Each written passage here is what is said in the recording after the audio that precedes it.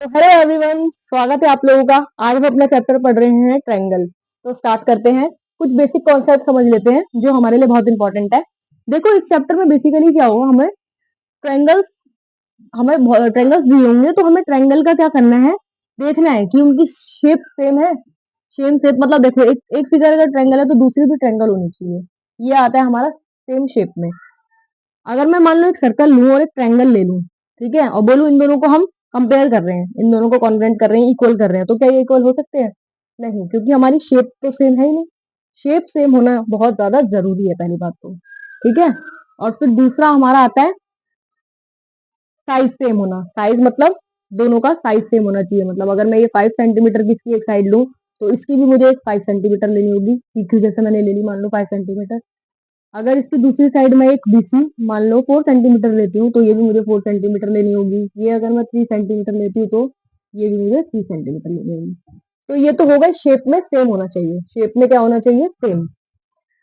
इसी तरीके से अगर मान लो मैं दो सर्कल लेती हूँ, हालांकि सर्कल के बारे में इस चैप्टर में हमें नहीं दिया हुआ है, बट एक बार आप समझ लो कि साइज सेम होने का मतलब क्या है। इसमें क्या होती है सर्कल में? रेडियस। तो दोनों की रेडियस इक्वल होनी चाहिए। ठीक है, रेडियस मान लो 5 सेंटीमीटर है तो इसकी भी 5 सेंटीमीटर होगी। जैसे ही दोनों की रेडियस सेम हुई, हम कह देंगे ये दोनों ट्रायंगल, दोनों सर्कल इक्वल है ना। इक्वल दिख रहे हैं ना सर्कल। रेडियस मेन होती है सर्कल में। सर्कल किससे बनता है? रेडियस से ही तो बनता है। तो हमने जैसे ही रेडियस इक्वल बनाई तो हमारे दोनों सर्कल क्या हो गए? इक्वल हो गए। सेम एज ट्रायंगल में हुआ। ट्रायंगल में भी जैसे ही हमने सारी साइड सेम बनाई इस दोनों ट्रायंगल्स की, तो ये ट्रायंगल क्या हो गए? इक्वल हो गए। और ट्रायंगल्स का इक्वल होना ही क्या होता है? Congruent triangle. वो दोनों क्या हो गए? कॉन्ग्रुएंट हो गए। मतलब दोनों की सारी चीजें इक्वल है। एंगल भी इक्वल होनी चाहिए। एंगल अगर मैं ये 30 ले रही हूँ तो ये भी 30 डिग्री का होना चाहिए। ये 5 सेंटीमीटर की लाइन में खींचा, फिर मैंने 30 डिग्री का एंगल बनाया, इसमें भी 30 डिग्री बनाया।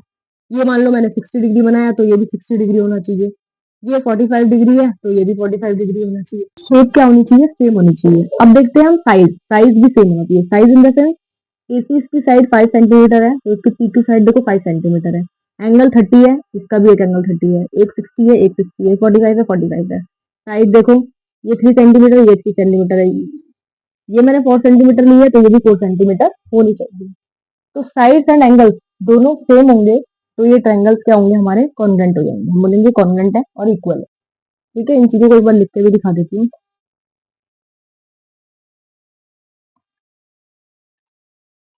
AB equals to PQ, BC equals to QR और AC इक्वल्स टू PR होना चाहिए। ठीक है। और एंगल में देखें तो angle A equals to angle P, angle B equals to angle Q, angle R equals to angle C।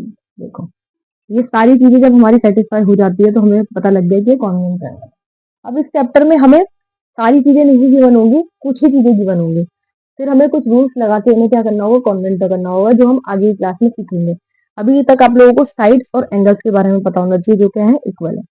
ठीक है। और तुम्हें एंगल्स का नाम भी लेना आना चाहिए। देखो, एंगल का नाम से क्या मतलब है? देखो, एंगल का नाम इन द सेंस, अभी आपने इस एंगल को, एंगल ए का नाम 30 बोल दिया, एंगल ए है ये, ठीक है। एंगल बी, एंगल सी, ये पूरे थे। अगर मैं एक एंगल ऐसा बनाऊं इस टाइप और पूछूं इस एंगल का नाम बताओ, तो तुम लोग क्या कहोगे?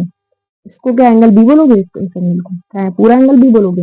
नो, पूरे एंगल बी में तो पूरा आ जाएगा ना, ये पूरा आ जाएगा। लेकिन हमें तो सिर्फ इसे बताना है। तो इसे बताने के लिए हमें इस लाइन का नाम कुछ रख दो, ई पॉइंट है हमारा ये। तो ये एंगल जो है हमारा, ये हो गया एंगल ए सी ई। तो इस तरीके से एंगल्स के नेम लेना आप लोगों को आना चाहिए। ठीक है। आई होप आप लोगों को ये बात समझ आ रही होगी मेरी धीरे धीरे। ये बहुत ही बेसिक कॉन्सेप्ट था, बट मैंने आप लोगों को बताया है क्योंकि बहुत से बच्चों को नहीं पता होता है। तो सबको पता होना चाहिए ना सारी चीजें। मैं चाहती हूँ सभी बच्चों को पता लगे। ये देखिए, कुछ दो चार बच्चों को लेकर सब पढ़ा रहे हैं।